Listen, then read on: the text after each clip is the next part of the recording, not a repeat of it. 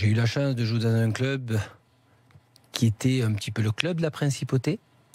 Et à la base, à l'image d'Arsène Wenger en fait, hein, où on voulait toujours développer du beau jeu, c'est ce que voulait le prince Régnier à la base, et je veux dire toute la AS Monaco. Et on continue à faire sortir des jeunes et à avoir des grands joueurs en même temps, mais toujours à choisir des grands joueurs pour du beau football. Ça n'a jamais été prendre beaucoup de joueurs pour défendre.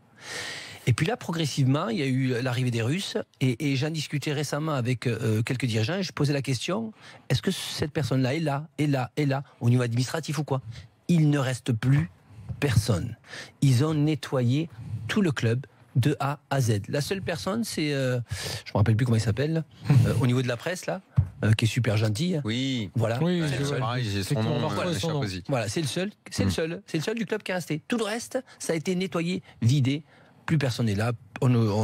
Et du coup, tu enlèves un petit peu ça. Donc du coup, c'est devenu, au moment où là, tout excité d'un club comme Monaco, avec une équipe flamboyante, excitante et tout, qu'est-ce que tu te dis?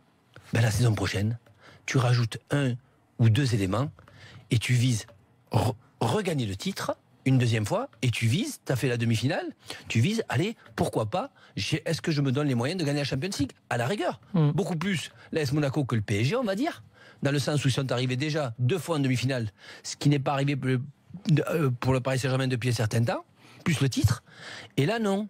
Elle nous démontre encore les dirigeants, que c'est pas d'aller gagner la Champions League ou de regagner le titre, mais de faire du foot business et de récupérer des joueurs à 10, 15, 20 millions d'euros et les revendre. Pour rapporter. Et les meilleurs éléments, tu vas les vendre et tu vas encaisser un maximum d'argent. Et ça, arrive un moment quand tu encaisses autant d'argent, comme 180, je pense pas que tu aies besoin de vendre ni Mbappé, ni Fabinho. Au contraire, tu as vendu, tu gardes tes 2 pépites que tu pourras toujours vendre l'année prochaine et faire une super saison, alors que tu sais que le Paris Saint-Germain s'est renforcé, donc tu veux lui montrer que tu veux garder le titre et préparer la saison en Champions League pour essayer d'aller encore plus loin parce que tu t'es renforcé. Et là, non.